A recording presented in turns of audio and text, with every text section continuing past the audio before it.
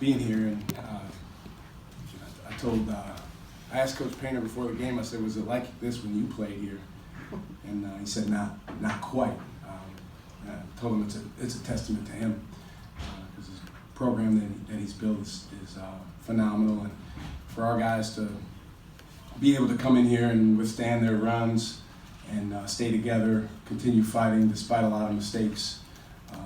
I think it says that we can be a really good team. We've got a long way to go.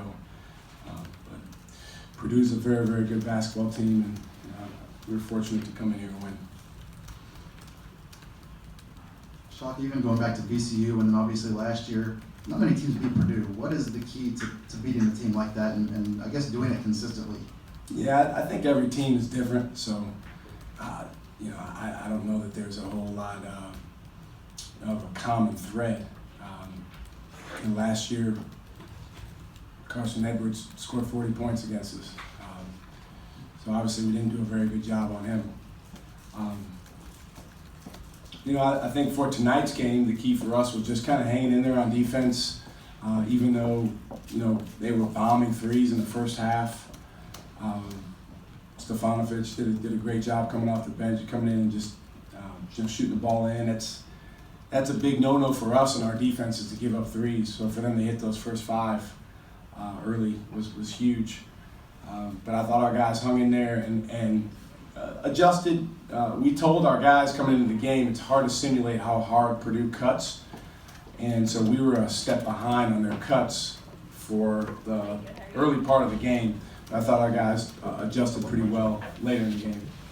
Coach, Matt had a great game. Coleman had a great game all game, but it seemed like he really took over when you were down late and made really key decisions. How comfortable is that to have a guy like that in late game to make those decisions? Well, that's what wins or loses you the game, if you have that guy. We've been in a lot of these type of games, since Matt got here, and we've lost our share of them, where it's back and forth, close. We needed to make some plays down the stretch, and we didn't quite make enough plays. But tonight, he really, really managed the game well. He ran the same pick and roll action about 4 or 5 times in a row, and he made the right decision every time but one. And he also made free throws. Him and Andrew made free throws, and that was big. On your left, Gerald Liddell. On your right, Matt Coleman. Questions? Matt, have you had?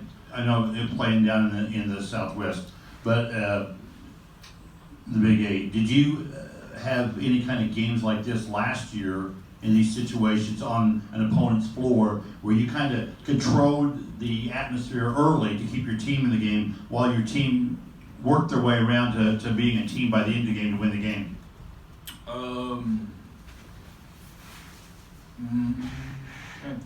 I know there's a lot of times where we came up short, like for example at Kansas last year, at Baylor, we had times where it was right there to grab hold of the game, but we just didn't finish it. Can I ask a Shaka question? Yeah. Okay, Shaka, 11 first half turnovers. How did you get your team to kind of settle down in the second half? We talked about it, but I don't think it was really anything that we did as coaches. It was our guys did a lot better job taking care of the ball. I thought, to start the game, we just made some uncharacteristic plays where we passed, tried to pass over their defense. They got Harms at 7'3" out there. They got other guys with great length, and they were really able to dictate, just the aggressiveness out there on that end of the floor. We were shooting a good percentage, so we told the guys at one point, "Hey guys, when we get a shot, it works out pretty well for us, as opposed to when we don't." So the second half, we still had a couple bad turnovers early, but we really settled in, and these guys made good decisions.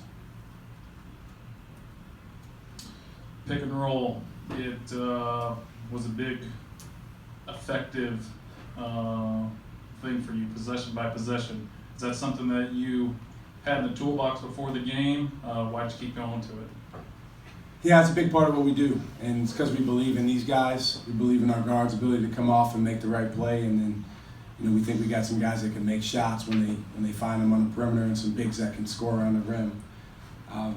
It's a fine line because the pick and roll, if you get too repetitive with it, it can, teams can bottle you up. But we did feel like there was a stretch there down the end of the game where there was a specific pick and roll action we were running with Matt that, you know, was giving him a little bit of trouble. So we just kept going back to it. There's no need to reinvent the wheel. You want to put the ball in a really good player's hands with good players around them and let them make good decisions.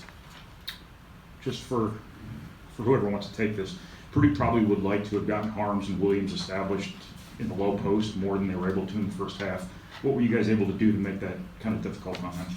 I just think the fact it wasn't that they didn't establish their presence. It was just that they came out the game. They hit like 6 threes in the first half, so they started hitting shots. So I guess they leaned more into shooting the 3-ball than establishing their presence in the post. They did get good looks as well in the first half as well. So. Those guys are a bear. They're hard to handle. I think Harms got a couple fouls in the first half, so that impacted his ability to be in there more. We told our guys, you gotta fight for dear life because we just didn't want to help too much off of other guys. And I thought those 2 bigs were effective, but they didn't kill us. And we gave up some baskets, but we were able to hang in there and not leave shooters when they got the ball. Hey, Shaka, one more thing. I thought Andrew Jones gave you some really good minutes on the floor tonight, including some tough free throws.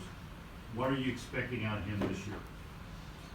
Well, Andrew is getting better and better. He's only a couple months removed from finishing his treatment, so really for him to be doing what he's doing now for us is pretty amazing. His body is continuing to build back up. He's the oldest guy on our team, and he's got a ton of experience on and off the court that he can share with these guys. I think because of what he's been through, he really, really values opportunities to play in an environment like tonight because he was having to lay in a hospital bed for months. But there's no one we would rather have at the free throw line than him. Him and Matt both did a great job stepping up to the line and making those free throws, and we needed them. 2 last ones for this group. Matt, it seemed like after you got going early, they put Easter on you a lot more. Was that the case? And I guess did you try to do anything, I don't want to say different, but did you try to have to stay patient, I guess, when they were putting him out on you? It was just a matter of just staying poised and just buying into what we were drawing up and just executing. So just staying poised and just taking what was given to me. Hey, Coach, you guys got out-rebounded tonight, 36-24. Obviously, Harms is a presence down below. How are you looking to address that in the future? We gotta work, gotta go to work, gotta get better. We have to get a lot tougher.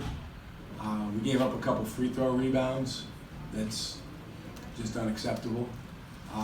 The way we play, Gerald's a guard, but he's our second biggest guy out there, so we're gonna be a little bit undersized sometimes, a lot of the time.